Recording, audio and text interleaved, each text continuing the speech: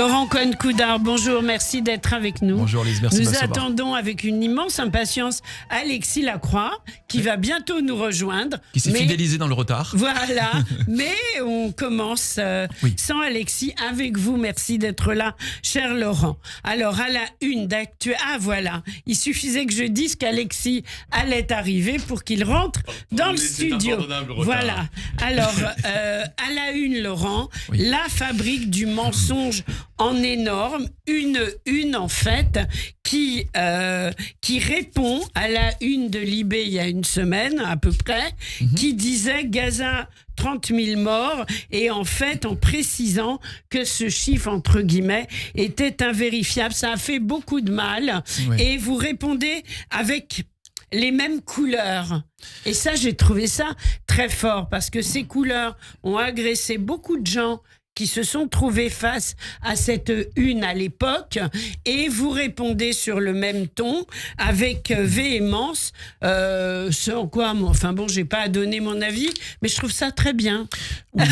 On y tenait déjà jeudi dernier, on était un petit peu ici même, avant même de Oui. notre réunion de rédaction, donc vous me disiez remonter un petit peu, évidemment. Oui, on J'avais était tous très remontés. On était Oui. tous remontés, découverts. Là. Vous savez, il y a quelques années, on a fait au journal, il y a 5-6 ans, je crois, on avait fait un dossier sur la désinformation, mais également la manipulation de la presse. Mais oui. Ça m'a permis de lire beaucoup de choses aussi sur les parties psychologiques. Par exemple, d'expliquer que lorsqu'un Palestinien tue un Israélien et que Tsahal est à la recherche, on met toujours Israël en sujet. Il est dans la peau du chasseur. Oui. Et le Palestinien, il est décrit comme un père de famille. On essaie de sensibiliser avec des détails. Il y a des messages qui sont plus ou moins subliminaux. Lorsqu'en couve d'un journal, on est dans un monde sensationnel. Oui. On titre 30 000 morts, mais que c'est uniquement à l'intérieur du journal qu'on explique que ce chiffre-là n'est pas vérifiable, ou qu'on prend comme référence le Pentagone qui a donné ce chiffre, mais qui eux-mêmes ont déclaré que ce chiffre n'était pas vérifiable. Dans ces cas-là, on ne donne pas de chiffres.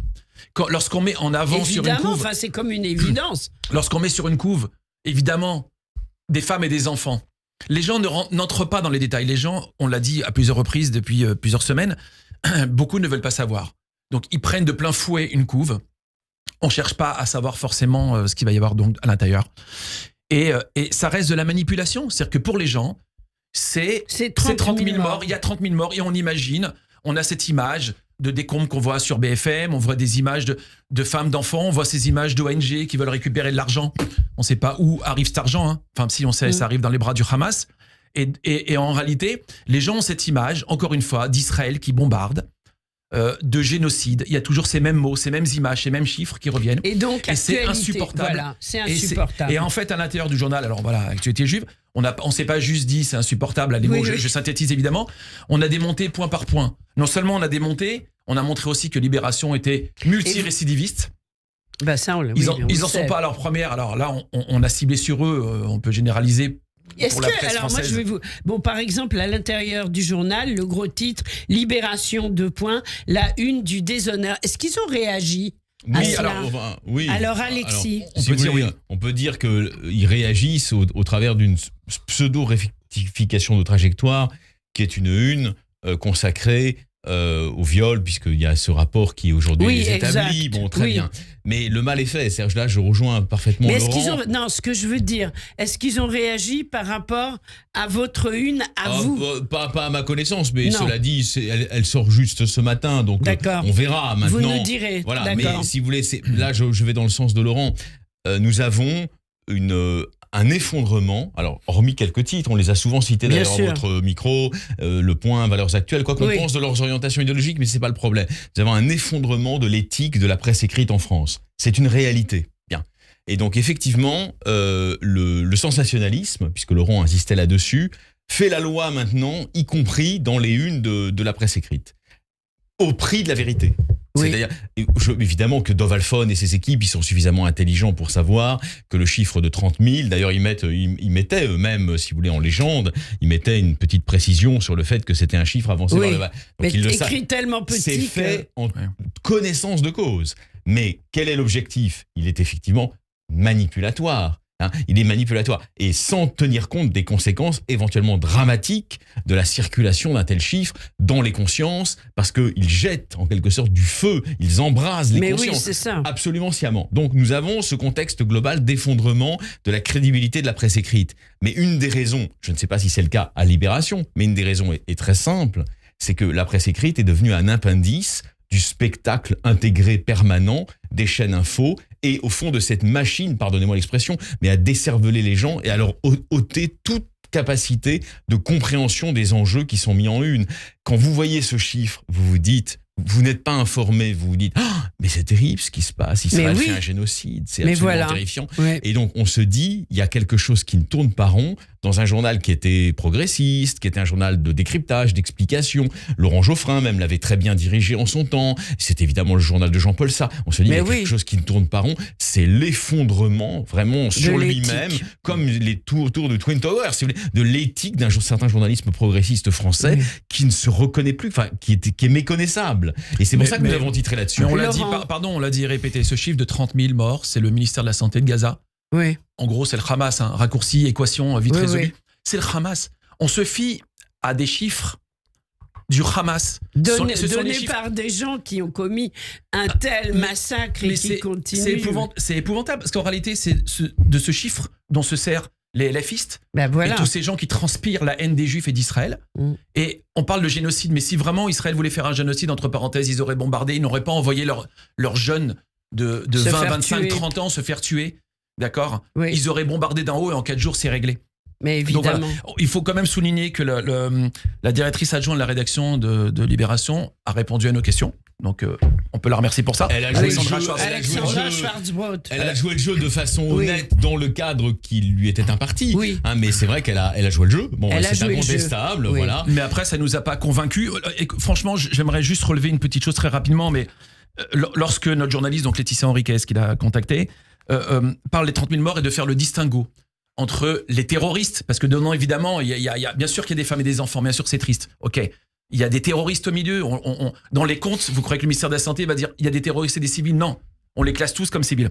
Mais bien Lorsqu'on parle de faire la part des choses, en relevant que la population civile est prévenue par l'armée israélienne, Alexandra Schwarzbrod répond « Je ne m'aventurerai pas sur le fait que l'armée israélienne tente de prévenir les populations parce qu'on ne sait pas trop les conditions dans lesquelles ça se passe. » Donc, on croit le Hamas pour des chiffres.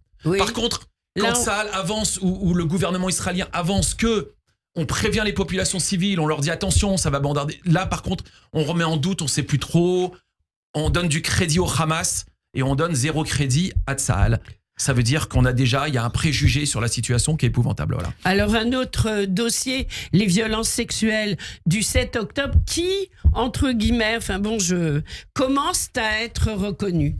Est-ce que vous êtes d'accord avec ça? Ah bah oui, on est parfaitement d'accord, d'autant qu'effectivement, il y a un rapport qui, aujourd'hui, si vous voulez, commence à être, si vous voulez, de plus en plus médiatisé. Oui, en dépit, le rapport de l'ONU. Bon, voilà, en dépit, si vous voulez, du fait que Antonio Guterres, le secrétaire général de l'ONU, n'ait pas très envie d'aller jusqu'au bout de la démarche, mais enfin quand même le rapport est sorti et donc on a un article très intéressant qui décrypte justement la façon dont le rapport de l'ONU les établit absolument sans ambiguïté. Il existe de bonnes raisons de croire, vous savez, dans le langage des chancelleries depuis Albert Cohen à la SDN, ça veut dire nous sommes sûrs que, faut pas se leurrer, c'est comme ça qu'on écrit dans ce genre de, je n'écris pas, nous n'écrivons pas dans ce type de presse, enfin comment dire mais quand on dit il y a de bonnes raisons de croire que, ça veut dire on est certain que, donc l'ONU le reconnaît. Pour autant, effectivement, nous sommes dans un contexte d'adversité maximale pour Israël. Antonio Guterres freine des cas de fer parce qu'il n'a pas très envie que ce rapport soit rendu trop public. Voilà. C'est ce que raconte notre journaliste Abner Lévy. Voilà, donc à lire absolument, tout à fait passionnant. Toujours à la une, Bring Them Home avec les photos des otages. Ils sont toujours vivants? Point d'interrogation. Voilà, point d'interrogation. Dans le deal entre le Hamas et Israël, on ne sait même pas de combien d'otages on parle aujourd'hui, même si les services de renseignement israéliens. Oui, parce que le Hamas a refusé de donner les noms et le nombre des vivants et des morts qu'Israël demandait. Bref, avec beaucoup de courage, il nous reste moins d'une minute. Le festival du cinéma israélien. C'est un grand cru. Oui. C'est vrai. C'est Robert Sander qui a réalisé avec Hélène Schumann les 4 pages que nous y consacrons dans les les pages culture, enfin à la fin du journal. Cette 24e édition, elle est assez formidable. C'est vrai qu'Hélène Schumann, bon, vous connaissez ça. On a fait déjà Vista. plusieurs émissions. La Vista oui. d'Hélène, elle a décroché des documentaires exceptionnels, Oui. mais aussi des longs métrages, etc. Donc je donne pas tout parce que le temps nous est imparti est trop faible, mais nous avons des témoignages très intéressants de Marco Carmel, de Yariv Motzer, de Raymond Amselem ou encore de David Vollard sur les films qui y sont projetés. Beaucoup de personnes me disent, mais donne-nous des conseils pour avoir des conseils. Ah oui. On s'abonne actualitéjuive.com. Il y a tout dans Actualité Juive. Les conseils y sont pour le festival. Achetez Actualité Juive et courez au festival. Juste deux mots parce que les gens les adorent. Oui. Le festival est parrainé par Nakash Toledano. Tout à fait. Oui, bien sûr. Les deux frères qui n'ont pas le même nom, comme disait Bakri. Et puis donc Hélène Schumann est la présidente du Et festival. la présidente, et elle va être mon invitée plusieurs fois. Je peux vous donner un scoop. Oui. La semaine prochaine, Nakash et Toledano, on les retrouve interviewés longuement par Yael Semama. Formidable. Dans Actualité Juive. On a hâte. Alors, pour l'heure, on s'abonne. C'est le seul moyen de soutenir la vraie information d'actualité juive.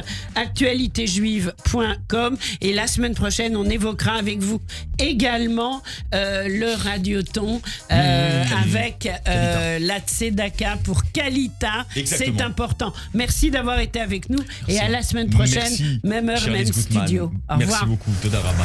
Radio J. Radio J. Le 10-11, Lise Gutmann.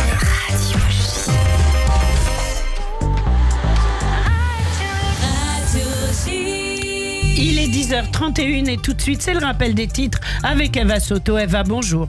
Bonjour, à la une de l'actualité en Israël, le 6e